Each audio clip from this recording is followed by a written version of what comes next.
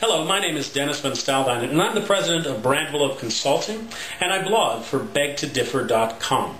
And I'm here today because I am angry at Switzerland. Ugh.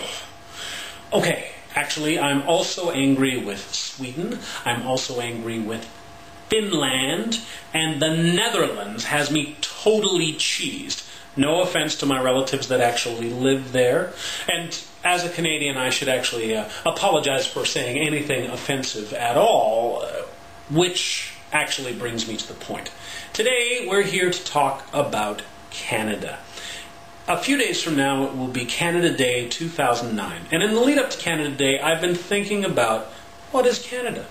What is this brand that we call Canada, and what do we stand for in the world? And more importantly, when other people elsewhere in the world talk about Canada, what things do they talk about, and what is the general impression that's left? Because that's the work of branding, is trying to create kernels of ideas in people's minds and giving them something to say about you.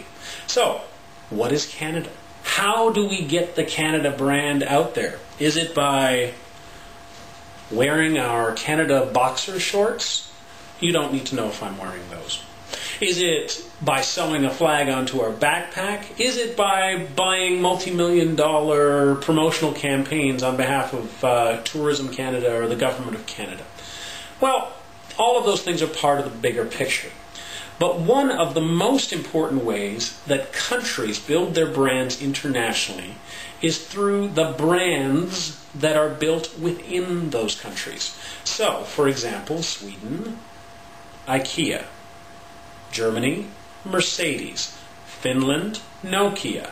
United States, Coca-Cola, McDonald's, and the list goes on and on and on and on. Those companies and those brands become standard bearers for the nation's brand and define those countries in the minds of consumers around the world. And so it was very interesting when I came across, again, a study by Interbrand company that was also sponsored by Business Week, and they publish this every year. Every June, they compile a list of the top 100 global brands, and then they publish these in September. So right now, they're compiling the list for 2009. But I went back and I took a look at the list for 2008. And some very interesting things popped out. And for Canada, there's good news and there's bad news. The good news is that for the first time ever, Canada actually is on the list. We have two brands that made their first appearance on the list. And since they started collecting statistics back in 2001, we've never even had one on the list. So having two on is fantastic news for Canada. And those two are Thomson Reuters, recently created by the combination of Thomson and Reuters into one single brand, which, in the opinion of Interbrand, has become a brand powerhouse because there it is on the list. And the other one, which is BlackBerry.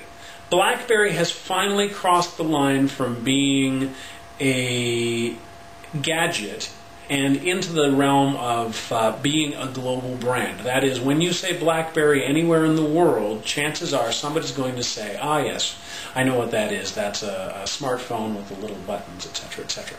But it's interesting that it's BlackBerry and not RIM. That has to do with the way the standings were compiled. You see, this survey ranking ranks brands, not companies. So if you look at the list, you don't see Procter & Gamble on the list, and you don't see a General Motors on the list, because those companies themselves are not brands or household names. It is the sub-brands that they create. So RIM makes BlackBerry, but it's the BlackBerry brand that is in people's mind, and it's the BlackBerry brand that actually has the value. So that's the good news. The good news is we're on the list. Canada, give yourself a big pat on the back this Canada Day. Woohoo! The bad news is, well, this brings me back to the reason that I'm angry at Switzerland.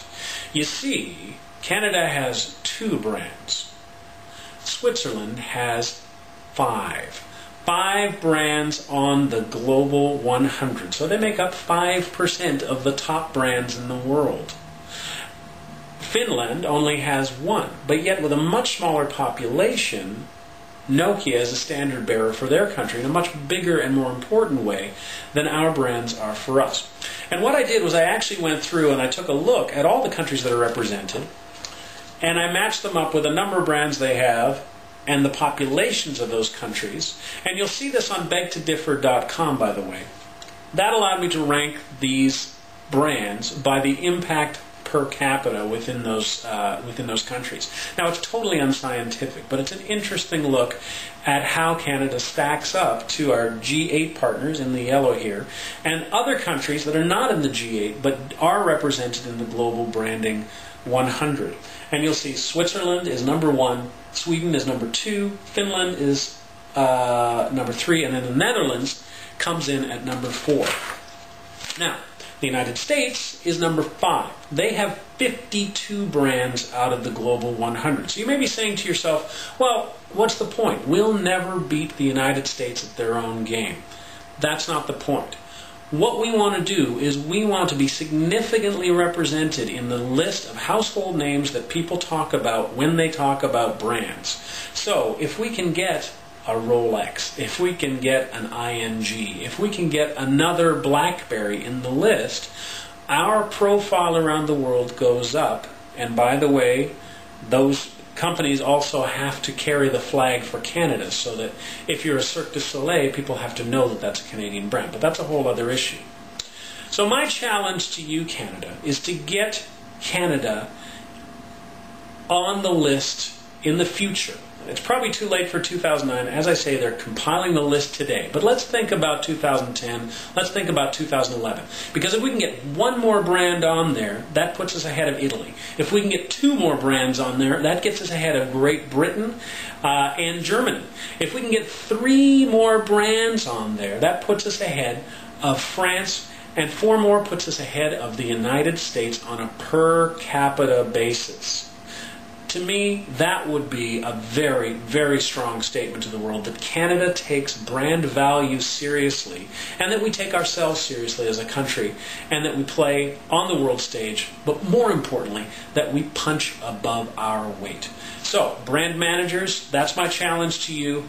Get working on those brands. Let's build some global brands together and have a fantastic Canada Day 2009.